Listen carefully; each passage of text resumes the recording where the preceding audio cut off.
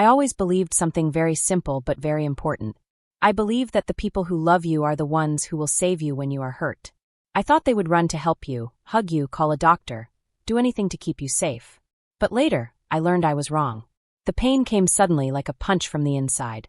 It felt like someone made a fist inside my chest and squeezed very hard. I could not breathe. My eyes started getting blurry like fog on a window. I reached out one shaking hand toward my sister. I whispered very softly, barely able to speak, "Please call 911. I thought she would help. I thought she cared. But she looked at me with a cold, angry face. She snapped loudly, "Stop pretending. You just want attention." Then she grabbed my phone before I could touch it. She slammed it face down on the table, so I could not use it. I felt my knees give up. I fell to the floor, hard, my cheek pressing against the cold wood. I could feel the floor. I could smell the dust. I could hear nothing except my own heartbeat struggling. There were 12 people in that room. Not one person called for help. Not one came to me. Not one even tried. My mother stood there looking at me like she did not know what to do. But she did nothing. She waited for my sister to speak first, like she always did. Everyone thought I was faking. They believed I wanted to stop reading because I wasn't getting anything. They all assumed I was jealous and dramatic. But they were wrong. They did not know the truth inside that envelope. They did not know a doctor would soon tell my sister 6 powerful words that changed everything. Have you ever felt alone even while surrounded by family? But before I continue, hit the subscribe button and tell me where are you watching this from, and what time of day is it? My name is Ismara Win. I am 36 years old. I work as an accountant. Most of my life I believed a very sweet but painful thought. If you love people enough, they will love you back someday. But I learned that sometimes love is not returned. Sometimes love is only given by one person and ignored by another. 2 weeks before the worst day of my life, I was sitting beside my father's bed at home. He was very sick with cancer. It hurt him a lot. He could not speak much because his voice was weak. But his eyes were sharp like shiny glass. He understood everything. He heard every word. He saw every person. I visited him 3 times a week or maybe more. When he got sicker, I went every day. I changed his sheets. I washed his face with warm clothes. I helped him eat soup when his hands shook. I read books to him for hours so he wouldn't feel lonely. His favorite book was by Hemingway. He liked when I read slowly and softly. I used my own money to buy his medicine. I missed work without pay so I could take care of him 24 hours a day. I did all that because I loved him. And because no one else would. My younger sister Isolde also came, but her visits were very different. She came only when our mother could see her. She held her phone high and took pictures while touching Dad's hand. She smiled sweetly only when the camera was pointing at her. She stayed maybe 20 or 30 minutes. Then she said she had somewhere important to go. Mother praised her every single time. "She is such a good daughter," Mom would say. "She sacrifices so much." But she did not see me staying for hours and hours. She did not see me crying quietly when Dad was in pain. She did not see me working without sleep. I felt invisible. Like a shadow. Like I was the daughter who helped but never mattered. I used to wonder why Mom loved Isolde more. Why did she give her everything? Why did she always protect her? Then I learned the truth. Isolde was born too early, 2 months early. She almost died when she was only 2 days old. Our mother held her tiny baby body and thought she might lose her forever. That fear lived for 30 years. So Mom gave Isolde everything. Money, gifts, attention, forgiveness, love. If Isolde broke a rule, Mom excused her. If Isolde hurt someone, Mom defended her. If Isolde lied, Mom believed her. Isolde grew up thinking the world owed her anything she wanted. And I grew up believing I was never important enough to worry about. But Dad saw me. He saw everything. One night, he held my hand tightly, stronger than I expected from a sick man. He whispered with his soft, tired voice. "I see everything, sweetheart. Everything." I did not understand then. I thought he was just being sweet. But later I learned he had discovered something about Isolde 6 months earlier. Something very big. Something very important. He started saving proof. Quietly. Secretly. Preparing for a fight no one told me about. Meanwhile, my body started failing. My chest hurt sometimes. It came and went like a wave. Breathing became hard when I walked upstairs. I woke up at night sweating and scared. My hands shook in the morning. Something felt wrong inside me. I told Mom once. She did not look up from her phone. She said, "You are just stressed. Stop thinking too much." So I stopped telling anyone. I ignored my pain and helped everyone else. I wish I had listened to my body. I wish someone had listened to me. Then came the day. The reading day. When I woke up that morning, the pain was already there. Heavy. Thick. Like a stone on my chest. My hands trembled while I brushed my hair. My heart beat too fast. Something felt deeply wrong. But I could not explain what or why. I drove to my parents' house slowly, breathing carefully. When I walked inside, the living room was filled with family. Aunts, uncles, cousins, even people I hadn't seen in years. Chairs were lined up neatly like a small church or a funeral. Everyone was dressed nicely and waiting. And Isolde, my sister, stood at the front beside the lawyer's empty chair. She looked like she was hosting a party. She smiled proudly. She welcomed people like she was already the new owner of everything. She arranged chairs. She accepted hugs. She acted perfect, graceful, pure. Everyone believed her. I sat quietly in a corner seat, far from the front. No one came over to me. No one asked if I was okay. They almost seemed to forget I existed. Across the room, my mother stood among relatives. They patted her hand and said how lucky she was to have a good daughter like Isolde. Mother smiled proudly. I sat in silence and listened. Every sentence felt like a cut on my heart. Ismara was not very close to her father. She barely visited. Isolde took care of everything. All lies. I wanted to stand up and shout. It was me. I stayed every night. I read to him. I cared for him.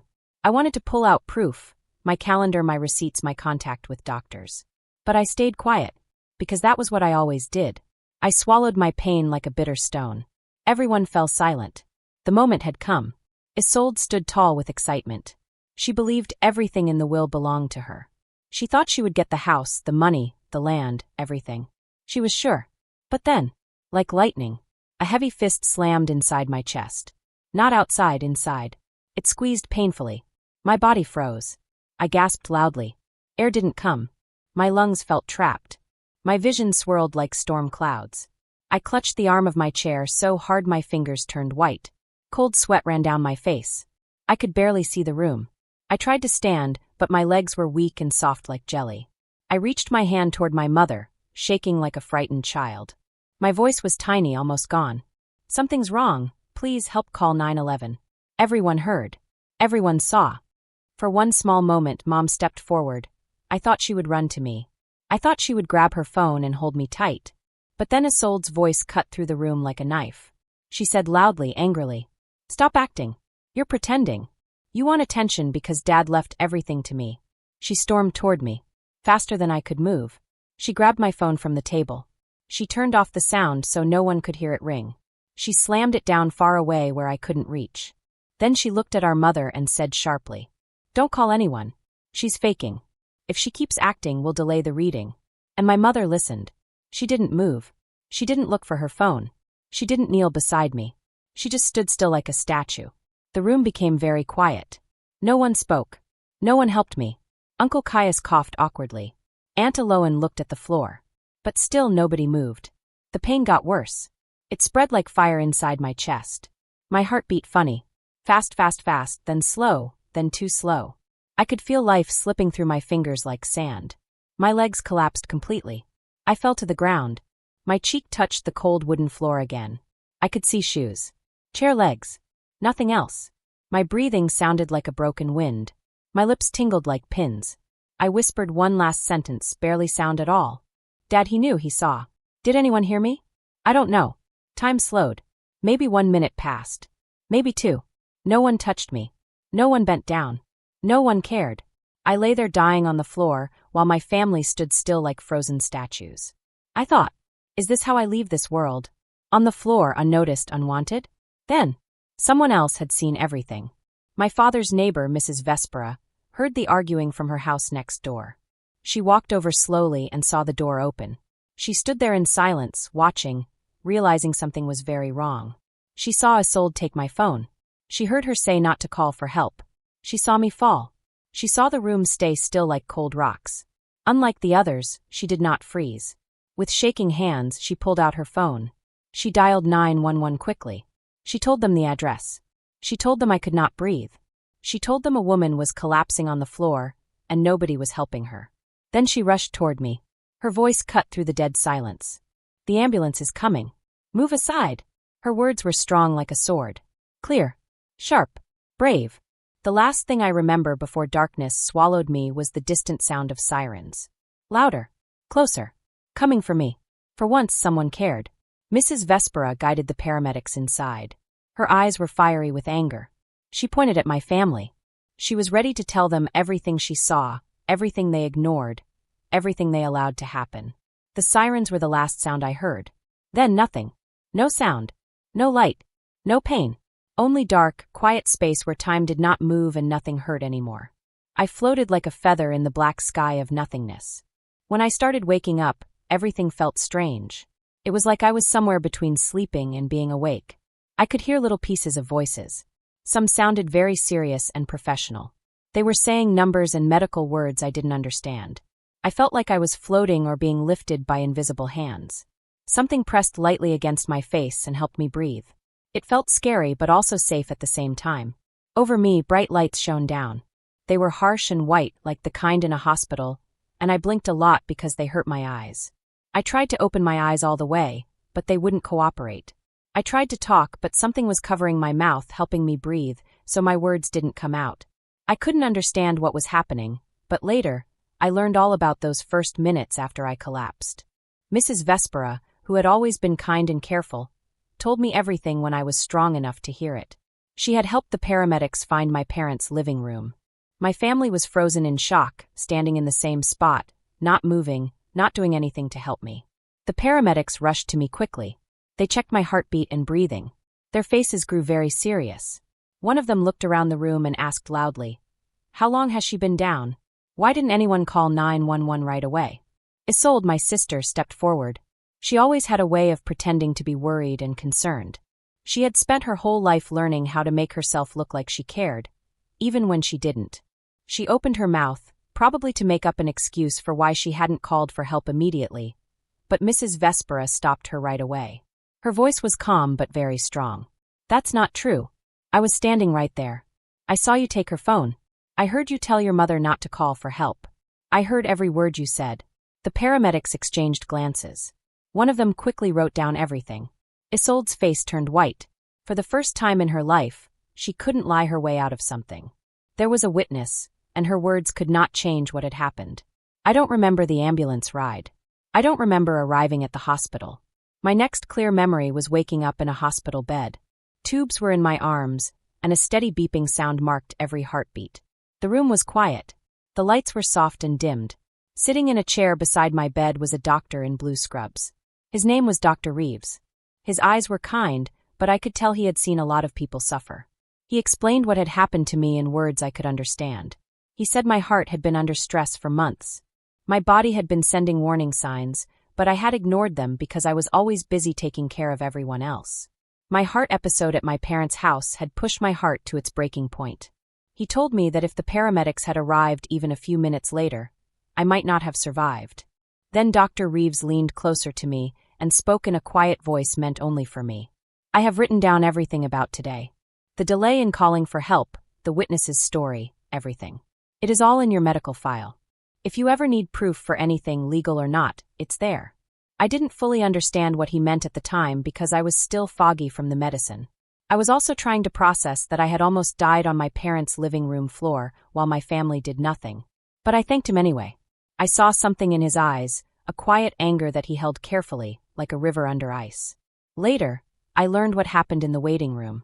Dr. Reeves found Isolde sitting with the other relatives. Her arms were crossed. Her foot was tapping impatiently. He asked her to step into the hallway with him. She probably thought he would give her an update about me. She probably expected that she could act worried and caring. In the hallway, Dr. Reeves looked her straight in the eyes. His voice was quiet but serious, the kind of serious that made you stop and listen. He said 6 words that would change everything Isolde thought about herself. "She nearly died because of you." Isolde opened her mouth to argue. She wanted to say something to explain herself, to tell him it wasn't her fault, but Dr. Reeves raised his hand. "I'm not interested in excuses," he said. "I'm telling you this so you understand what almost happened today. Every second counts in a heart emergency. Your sister's heart was failing while you stood there and did nothing. That is not drama. That is medicine." When they returned to the waiting area, Dr. Reeves spoke to the whole family. His voice was calm but very serious. Nobody dared interrupt him. When someone needs medical help, you listen. You call 911 immediately. What happened today should never happen to anyone. Later, when the hospital grew quiet and the hallways were empty, Mrs. Vespera came to sit beside my bed.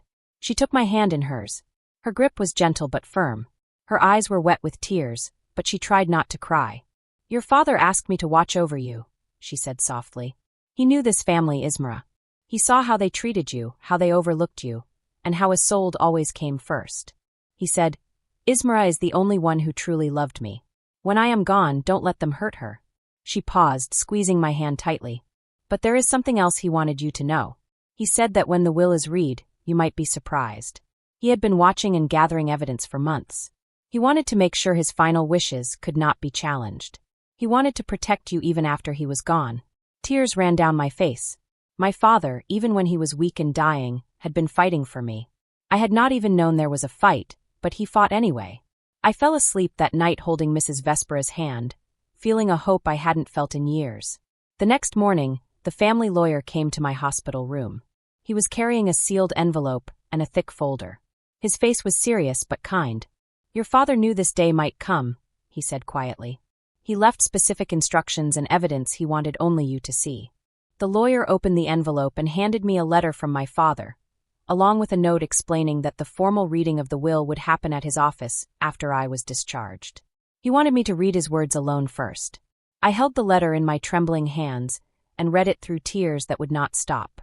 My father's handwriting was shaky but clear. "Don't let them break your heart again, sweetheart. You were the daughter I was proud of. You were the only one who loved me for who I was, not for what I could give you. I'm sorry I couldn't protect you while I was alive, but I can protect you now." I pressed the letter to my chest and sobbed until a nurse came to check on me. A few days later, after I had regained enough strength, the formal will reading took place at the lawyer's office. The family gathered in a big room with a long wooden table and tall leather chairs. Isolde sat across from me, her posture confident, her face calm. She still believed she would get most of the inheritance because she had always told herself she was the good daughter. The lawyer cleared his throat and began to read. He said that my father had rewritten his will 1 month before he died. The room grew very quiet. Isolde's confident smile wavered but did not fall. Then the lawyer read the terms. "Almost everything, our house, all the investments, all the savings, went to me. Isolde and my mother would only receive the small, legally required minimum amount." Isolde jumped to her feet. Her face twisted with anger. "This is insane. He wasn't in his right mind. Everyone knows he has dementia." She looked at the rest of the family for support, hoping someone would side with her. Nobody spoke. Nobody moved. The lawyer remained calm. "Miss Wynne, your father knew you might say that," he said. "That's why there is more." He opened the thick folder he had brought. He explained that 6 months before his death, someone tried to steal $30,000 from his bank using a fake signature. The bank had investigated and discovered that the forgery was done by Isolde. The room went completely silent. I watched Isolde's confident face crumble like a mask falling away. She had nothing to say. The lawyer continued. My father had not confronted Isolde because he was afraid of what she might do. Instead, he spent the last 5 months of his life watching her and making sure his final wishes could not be challenged. He consulted 2 independent doctors to confirm his mind was clear. 3 witnesses watched him sign the will. Then the lawyer presented Mrs. Vespera's written statement. It was a detailed report of what happened the day I collapsed. Every word Isolde had said was false. The statement described how she had grabbed my phone and stopped anyone from calling for help. The lawyer said, "Your father built this case over 5 months, doctor's certificates, witness statements, the bank's report, and Mrs. Vespera's testimony. He wanted to make absolutely sure that his wishes could not be ignored. That is why this inheritance is yours." I sat there in stunned silence. Tears streamed down my face. My father, weak and dying, had spent his last months protecting me. Even when I did not know there was a fight, he fought for me. In the days that followed, my own lawyer sent formal letters to every family member. The terms of the will were clear. My father had made sure that everything he owned, everything he worked for, would be given to me. Isolde could no longer lie, cheat, or manipulate her way into taking what was mine.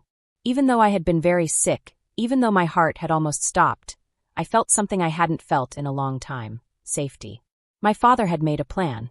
My protector had been with him all along, even when he was gone. I was not alone. I was not forgotten. I was loved. And no one, not even Isolde, could take that away from me. If anyone tried to fight over the will, or tried to contact me without asking me first, I had a plan. I would give all the proof to the police and even share it with the news if I had to. There was a lot of proof. There was the fake signature, which someone had written pretending to be me. There was the bank's report showing that something fishy had happened. There was Mrs. Vespera's story about what she saw, and there were the hospital papers showing how long I had been very sick before anyone helped me. My lawyer explained something to me quietly. He said that Isolde hadn't just forgotten to call 911. She had done something worse. She had made it harder for me to get help. She took my phone away and told our mom not to call for help. My lawyer said that in most places, you don't have to help someone you don't know, like a stranger on the street. But stopping someone from getting emergency help is very serious. That is called interference. When you combine that with forgery, it could be a criminal case. If I wanted, I could have a very strong case to take her to court. I told my lawyer I would think about it because I wasn't ready to decide yet. Soon, everyone in our small town in Connecticut started talking. Things always spread fast in a small town. People heard about what had happened. Isolde's boss at the insurance company, where she had worked for 8 years, put her on leave while they investigated. The relatives who had always said she was the good daughter and criticized me suddenly stopped talking to her. The perfect reputation she had built, being the dutiful daughter, taking care of everyone, the one who always sacrificed herself, fell apart in a very short time. My mom called me that week. Her voice sounded different, broken in a way I had never heard before. "Ismara," she said, "Isolde told me not to help you." I just listened. My own daughter was on the floor, dying, and I just stood there. I'll never forgive myself. I didn't know what to say. My throat felt tight, my heart was pounding. I wasn't ready to forgive her either. I didn't know if I ever would. So I stayed quiet. 3 days later, there was a knock on my door. I opened it, and there was Isolde. She looked completely different. Her makeup was running down her face, her voice was shaking, and her hands were trembling. She looked like she hadn't slept in days. She looked like her whole world had fallen apart. She had come to beg for mercy, but I had already decided what I wanted, and it wasn't forgiveness. Isolde looked like a ghost of the woman she used to be. Her fancy clothes were wrinkled, her eyes were red from crying, and her hands were shaking. The confident sister who had grabbed my phone and told our mom to let me die was gone. Now she looked small, desperate, and broken. "Please, Ismara," she said, her voice breaking on every word. "I'm going to lose everything, my job, my reputation, everything I worked for. You're my sister. We're family. You have to forgive me. You have to make this stop." I stepped aside and let her come in. I pointed to the couch. She sat down, sitting on the edge like she might run away at any moment. I sat in a chair across from her. I looked at her for a long moment before I spoke. My voice was calm and steady. "I'm not going to press charges for the forgery," I said. "And I'm not going to give Mrs. Vespera's statement to the news." Isolde's face relaxed a little. She started to thank me and reached for my hand. But I wasn't done. I had rules, and I was going to make them very clear. "These are my conditions," I said. Her relief quickly changed to confusion. "You will go to real therapy," I told her. "Not just a few sessions. At least 6 months with a therapist who helps families with problems like ours. You will write down exactly what you did, the fake signature, the lies you told our relatives, and what you did while I was dying. And you will never contact me again unless I say it's okay. No calls, no texts, no coming to my door. If you break these rules, everything goes to the police, the fake signature, the hospital papers, Mrs. Vespera's statement, everything." Isolde's relief turned to anger in a heartbeat. "That's not fair," she cried. "After everything we've been through as sisters, you're just throwing me away? You're going to hold this over my head forever." Something inside me shifted. For 36 years, I had swallowed my anger to keep the peace. I had stayed quiet while Isolde took credit for my hard work. I smiled even when it hurt. I had learned to hide my feelings to make everyone happy. But I wasn't that person anymore. I had died on that living room floor, and a stronger person had woken up in the hospital. "Fair," I said, my voice sharp and steady. "You want to talk about fair? You saw me on the floor, struggling to breathe, turning blue, and you told Mom to let me die so you could delay a will reading. You took my phone so I couldn't save myself. You just stood there and said I was faking it. Don't talk to me about fair. These are my rules. Take them or leave them." She took them. She had no choice. Later, I learned what happened in her therapy sessions, not from Isolde, but from the therapist's notes. Isolde had to face the truth. She couldn't charm her way out or lie anymore. She had to sit with the truth of who she was and what she did. She had to look at herself honestly, without pretending. Finally, she told the therapist, "I always knew Ismara was the better person. Dad loved her more. I could see it in his eyes. Every time she walked into a room, he looked at her in a way he never looked at me. I hated her for it my whole life. I thought if I could take everything from her, it would prove that I mattered. I wanted to be loved too. But I wasn't trying to be better than her. I was just trying to destroy her because if I couldn't have what she had, I didn't want her to have it either. It wasn't about saying sorry or being better. It was naming the poison and bringing it out into the light. That was the start of a long road for Isolde, one she might never finish." A week later, my mom called. Her voice was broken and weak. "I know I don't deserve anything from you," she said. "I chose Isolde over you again and again. I just want you to know I'm sorry. If you never want to speak to me again, I'll understand." I stayed quiet for a long time. Memories flooded my mind. I remembered all the times I had been overlooked. I remembered all the times my hard work and love were ignored. I remembered all the times I had been invisible. Finally, I said softly, "I'm not ready to forgive you, Mom. I don't know if I ever will be. But I'm not closing the door forever. I need time. Years maybe. And I need you to respect that without pushing me, without guilt-tripping me, without making it about your pain." It wasn't reconciliation, not even a promise of it. But I gave my mom the possibility of a different future. The same possibility I refused to give Isolde. I knew my mom had made mistakes out of weakness, not malice. In the weeks after, I sold my old apartment and moved to a small cottage near Mrs. Vespera. She had saved my life, and she became my true family. We had Sunday dinners together. We took morning walks in the park. She saw me, valued me, and chose me for the first time in 36 years. With part of my inheritance, I set up a scholarship in my dad's name through the American Heart Association. It helps people who are sick and don't have insurance, people who might be ignored when they need help. Mrs. Vespera was the first to donate. At the small ceremony, I unveiled a memorial plaque I wrote for Thomas Andrew Wynne, my dad, who saw me and loved me anyway. 6 months later, I got a letter from Isolde. It was 4 pages long, full of explanations, memories, and pleas. I recognized her handwriting. I read the first paragraph, and then stopped. I folded the letter, put it in a drawer, and closed it. I didn't need her explanations. I didn't need my mom's guilt. I didn't even need the inheritance. What I needed and had been looking for 36 years was a life where I wasn't invisible, a family that chose me, and the knowledge that my dad truly saw and loved me. That was enough. That was everything. If Ismara's story touches your heart, know that you are not alone. Many people have felt invisible in their families. Many have given everything and gotten nothing in return. But your worth isn't decided by those who fail to see it. Their blindness does not make you less. You are not invisible. You are just around people who don't see you. Ismara didn't win because of money. She won because she stopped accepting less than she deserved. Forgiving doesn't mean letting someone hurt you again. Setting boundaries is not cruel, it's smart. Walking away from toxic people is not abandoning, it's survival. And she found the courage to build a life with people who actually chose her.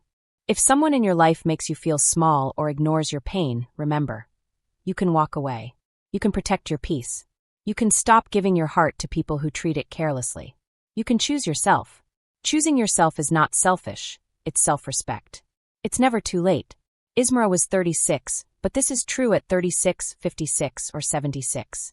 Every day you can decide to stop shrinking yourself to fit where you aren't valued. You can be your own family, protector, and champion.